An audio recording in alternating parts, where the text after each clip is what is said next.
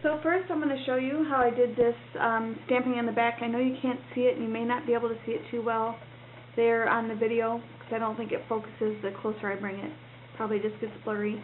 But it's a release that you do with the Adirondack dabber paints. And what you do is you put this onto your stamp and you stamp your image first. And then when you put your distress inks on top, you can go back with a wet or a damp cloth and it will resist all of the inking that's on there. So I'm going to use this stamp. As you can see, it's kind of hard to get the paint off, but I only use this stamp for this technique. I got this at our National Mega Meet here back in Mother's Day, and they did a really neat make and take with it. I don't know if I can get it without getting myself in it. This was actually a different stamp, but this was similar to it, and it's actually the same stamp, and you do it. I think there's 1, 2, 3, 4, 5, 6, or 7. You stamp the same stamp like 7 times, and then you cut out each one a little different, and you pop them up, and then add glitter. So I really like the stamp. It's a lot of fun. So what I'm going to do, I'm going to use my white. I think it'll be. And what I did for the card, I meant to say what I did for the card, and is if you'll remember the portfolio, not portfolio, but the at a loss for words.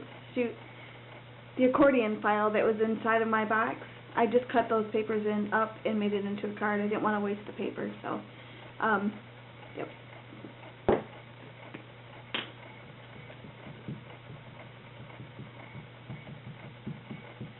What's great about this paint, if you've never used it, is you can keep it thick like it comes in the bottle, or you can actually add water to thin it out and use it more as a regular paint. I had to thin mine a little bit before I started the video because the top of the dauber had dried up. So what you do is you're just going to set this right over it. You can stamp onto it. This tends to work a little better. And then, I don't have a brayer. I just use whatever comes in handy here.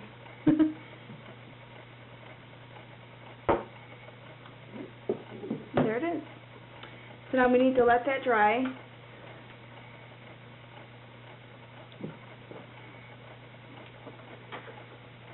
And you won't really be able to see it until I start putting the inks on it.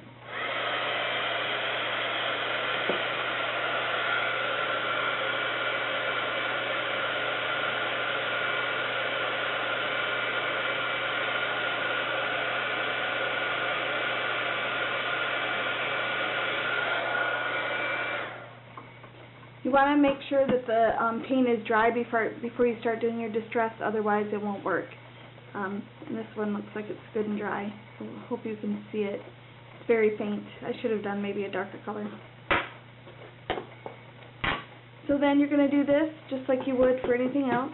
I'm sure you've seen a lot of these techniques, but you just want to start off the mat and then come on, and that's going to give you a really good, you're not going to get too many smudges here and there. I need to change the pad on my, here I think it's starting to get overloaded, which is not good. But this will work for this project here.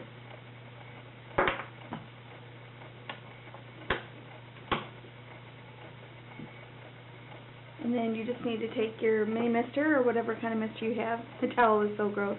I use it a lot. And you're just going to just get it a little damp. It doesn't have to be too wet. And then you're just going to run over, and you'll see that it's going to resist all that ink you just put on.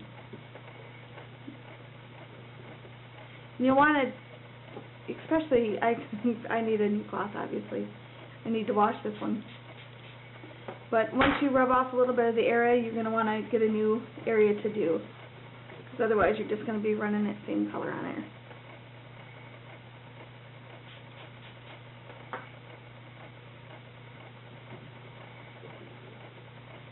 So there you should really be able to start seeing those colors coming through. I'm going to just try to get these edges off here.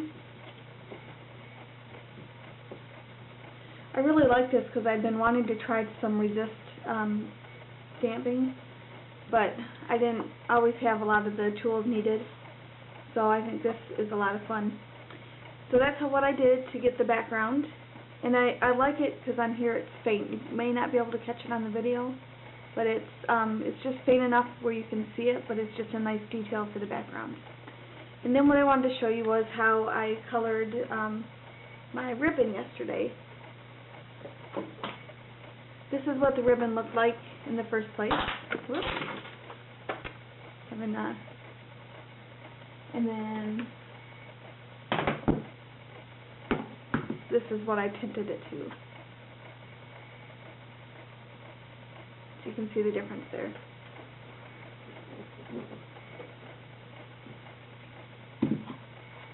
And this is kind of what I did yesterday on the front of my box. And I was actually just playing around. I had never done this before, but I liked how it turned out. So we're just going to do that. And then we're going to take, excuse me, the Distress ink. This is a refiller. I think you can refill the inks. I've actually just used it to tint projects. Like I could fill it up in here and make like a diluted color. This is Victoria Velvet. It's really pretty, like more of a pink or a mauve color. And you just need a couple drops, a couple squirts from your mini mister and just a small squirt of that. And then we're going to use just a little bit of this copper Perfect Pearls just to give it a shimmer. You wouldn't have to do this if you don't want to add any shimmer to it. You can just leave it the way it is. And then you're just going to mix it up. You do it this way so you can see how it comes together. You'll see it'll go and it'll start to separate. So you just got to keep mixing it. And what you do is you just take it, and I just brushed it right on. Now if I wanted this to be a little bit of a lighter pink, I would just add more water to it, or add a littler drop. And then what I did for my flower, for this flower here, was I just took it and dipped it right in, and it got it so wet. So you got to be really careful when you're getting it that wet.